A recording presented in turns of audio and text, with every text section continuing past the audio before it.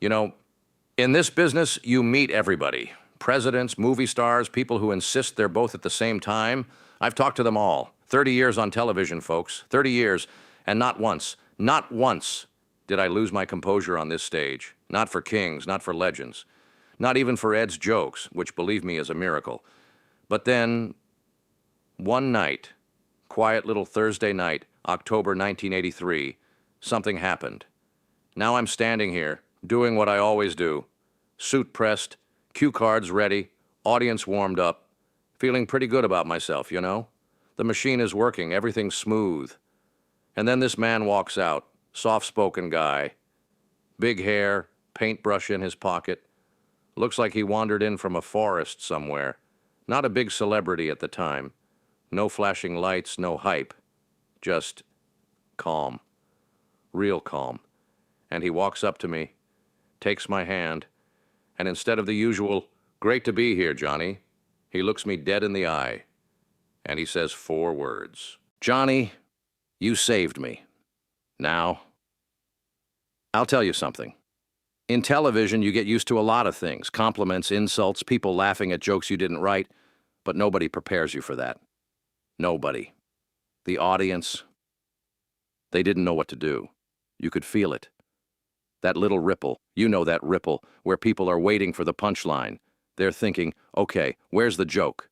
And I'm standing there thinking the same thing. Only there wasn't one. And suddenly, the safest place in America at 11:30 at night got very, very quiet. Now, before we get to that moment, because we will, you got to understand how this whole thing even started. Backstage that night, October 6th, NBC Studios, everything's running like clockwork. Writers arguing, producers pacing, makeup people fixing faces that don't want to be fixed. Fred, my producer, he's going through the guest list. Pretty standard night, comedian, actor, and then this name, Bob Ross. Now, Fred gets a call earlier that day, and he tells me later, something about that call felt different. See, Fred's been in television forever. He's heard every angle, every pitch, every "this will be great TV" speech ever invented. But this one? Quiet voice, no rush, no sales pitch, just steady. And the man says, "I need to come on the show." Not want, need.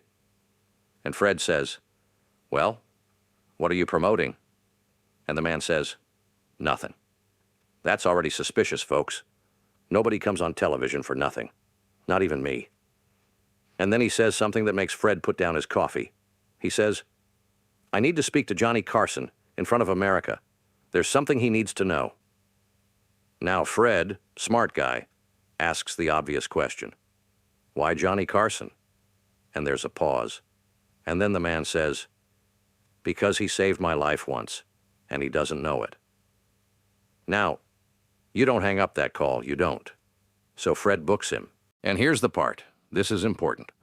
Fred doesn't tell me. Yeah, thanks, Fred. Appreciate that.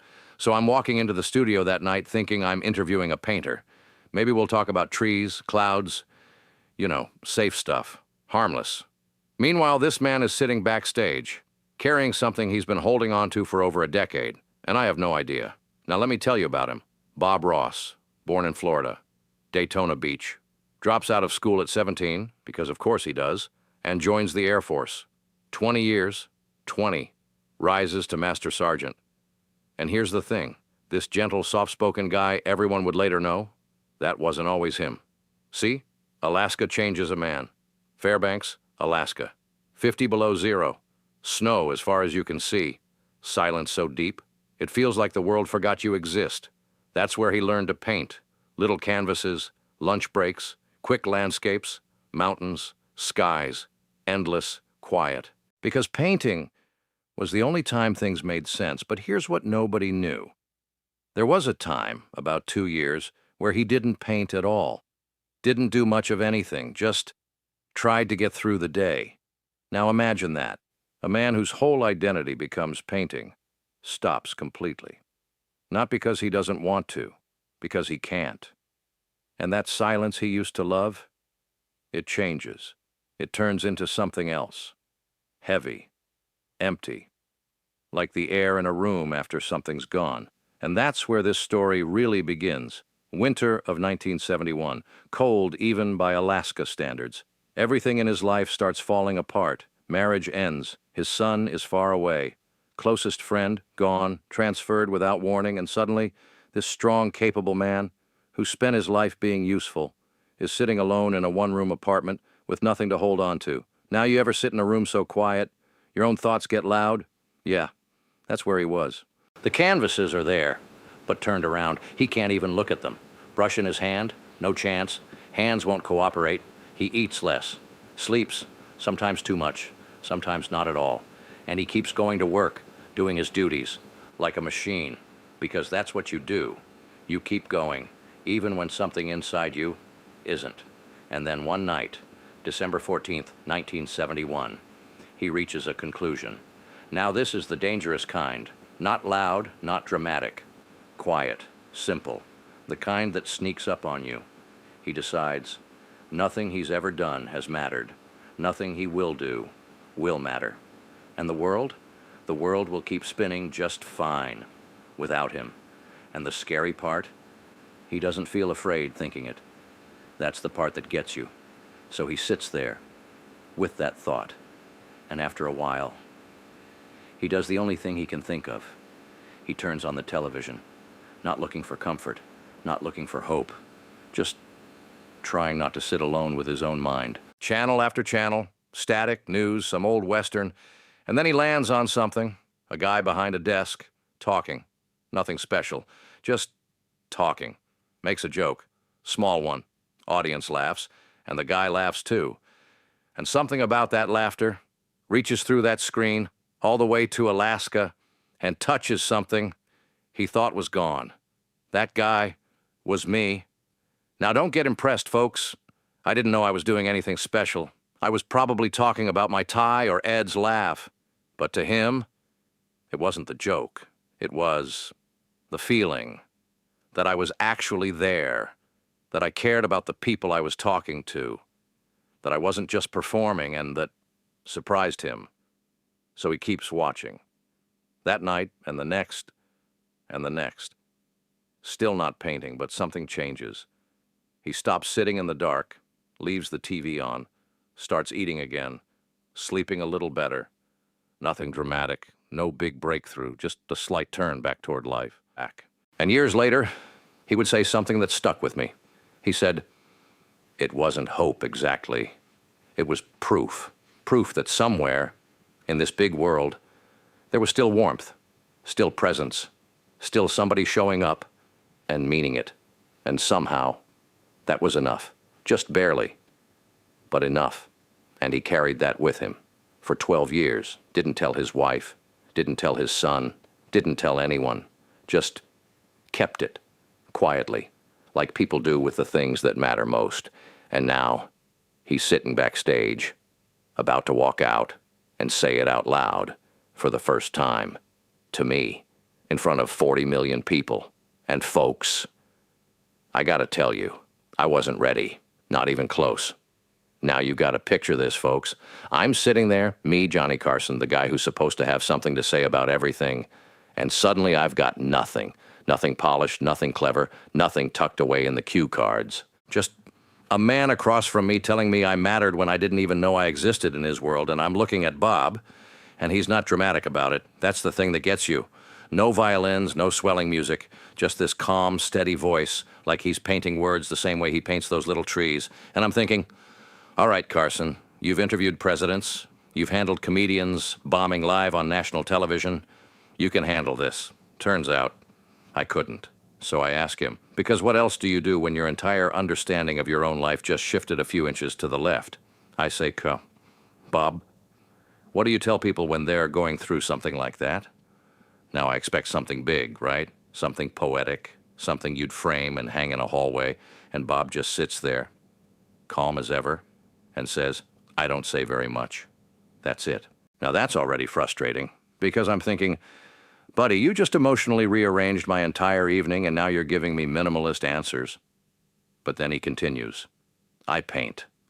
And the audience leans in. You can feel it. Nobody's coughing, nobody's shifting in their seat. Even Ed McMahon, a man who could laugh through a fire drill, is dead quiet. Bob says, "When I paint, I make mistakes." And I'm thinking, well, finally, something we have in common. He says, "I'll put a tree in the wrong place. I'll mix a color that doesn't quite work. A mountain comes out crooked." Now I'm nodding, because I've had entire monologues come out crooked. And he says, "But I don't stop and say the painting's ruined."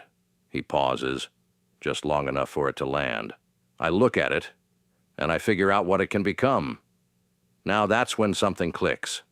Because up until that moment, I think a lot of us, me included, we've been treating mistakes like dead ends, like, well, that's it. Curtain down. Good night. And here's this guy saying, no, that's just a turn in the road. He says, "I call them happy accidents." Now people laugh a little because they've heard that phrase. Sounds cute, right? But Bob doesn't laugh.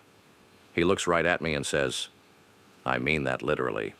And now nobody's laughing. He says, "Life works the same way. Things go wrong. You didn't plan it. You didn't want it. But now you're there. And from there, you can still make something beautiful." And I'm sitting there thinking, well, I've been doing this show for over 2 decades, and somehow nobody ever explained it that simply. I finally say, "Bob, that might be the most useful thing anyone's ever told me on this stage." And the audience, bless them, they don't explode into applause. They just smile. You can feel it, that warm, quiet kind of understanding. And Bob smiles back. Not a TV smile, not a we're on camera smile, just a real one. Then he flips it on me.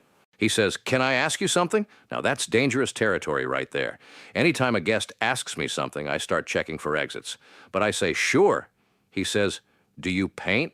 Now the audience already knows the answer. I don't paint. I can barely draw a straight line without negotiating with it first. So I laugh. "No, I absolutely do not paint." And Bob, without missing a beat, says, "Would you like to learn?" Now the audience lights up. You know that sound. They don't even wait for me to answer. They're already excited. And I look at the camera because at this point I'm thinking, well, this night's already off script. Might as well keep going. So I say, "Yeah, I think I would." And just like that, we're not doing a talk show anymore. We're doing something else. Bob reaches over. He's got a little setup ready. Canvas, brushes, paints. I didn't even see it come out. I think he just willed it into existence.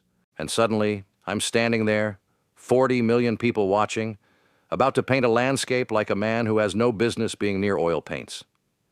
Bob says, "Let's start simple." Now I appreciate that. I like simple. Simple is my comfort zone. He says, "We'll do a mountain, a sky, maybe a few trees." I'm thinking, all right, Carson, don't embarrass yourself too badly. So I start painting, and immediately, I mess it up. The mountain's too big. It's aggressive. It looks like it's trying to take over the canvas. The sky's barely hanging on for dear life. And then I put a tree right in the middle, dead center. Now even I know that's not where trees go. So I step back and say, well, that's not what I meant to do. And Bob just looks at it like it's the most natural thing in the world. He says, "I know." Now that's comforting and not comforting at the same time. Then he says, "But look at it." And I do. And he asks, "What is it now?" Now that's a strange question, because I'm still stuck on what it was supposed to be, but I look at it again and I say slowly, "It looks like it decided to be there. Like that tree just made a choice. Like it belonged." And Bob nods. Exactly. And I don't know how to explain this to you folks, but in that moment, it's not about the painting anymore. It's about every mistake you've ever made, every wrong turn, everything that didn't go the way you planned, and realizing maybe it's not wrong, maybe it's just different, and maybe, just maybe, it's exactly where it's supposed to be. I look at Bob, and there's this understanding there. No words needed. Just two guys who at different times sat alone in quiet rooms wondering if any of this mattered, now standing under bright studio lights, realizing it did. It all did. So I say to him, because at that point, what else can you say? "Thank you." And he says, "Thank you for showing up every night." Now that line, That line sticks with you because you start thinking about all the nights you didn't feel like showing up, but you did anyway. And you realize you never know who's watching. You never know who needs it. You never know whose life you're quietly holding together just by being there. And that's when the phone started ringing. We didn't know it yet, but the NBC switchboard, it was about to get flooded. People calling, not to complain, not to argue, just to say, we saw that, we felt that. My kid asked me why I was crying, and I didn't know how to explain it, because how do you explain that? How do you explain that sometimes you find out your life mattered in ways you never saw coming? And that's enough to break even the most composed man on television. So where were we? Ah, yes, the phone's ringing off the hook, the audience still sitting there like they just witnessed something they weren't quite prepared for. And me standing next to a painting that looked like it had an identity crisis, but somehow meant more than anything I'd ever hung in my dressing room. Now here's the thing, folks. Television moves fast. Normally, by the time you get to the next segment, whatever just happened is already fading. New joke, new guest, new story, but not that night. That night, something stayed. You could feel it in the room. You could feel it backstage. Even the crew, people who've seen everything, who've watched celebrities come and go like taxis, they weren't talking. They were just quiet. And later that night, after the show wraps, after the applause dies down, after the lights dim, I go back to my dressing room. Same room I've walked into thousands of times.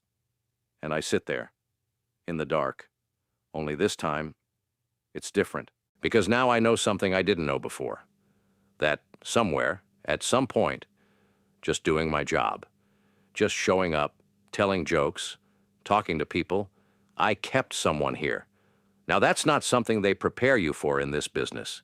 They teach you timing, delivery, how to handle a bad audience. Nobody teaches you what to do when you realize your existence mattered to someone you've never met. And I'm sitting there thinking about that letter. That letter I carried around for 11 years. A painter in Alaska. No name, no face, just words. Words I read on nights when I felt like I was running on fumes. Words that told me, keep going, and now I know who wrote them. And suddenly, it's not just a letter anymore. It's a person. It's a life. It's a man who almost disappeared and didn't. And here's the part that really gets you. He thought I saved him, and I thought that letter saved me. Now you tell me, who saved who? Because from where I'm standing, looks like we both just barely kept each other going, and that's when it hits you. This whole thing, all of it. It's not about fame. It's not about ratings. It's not about being the king of late night.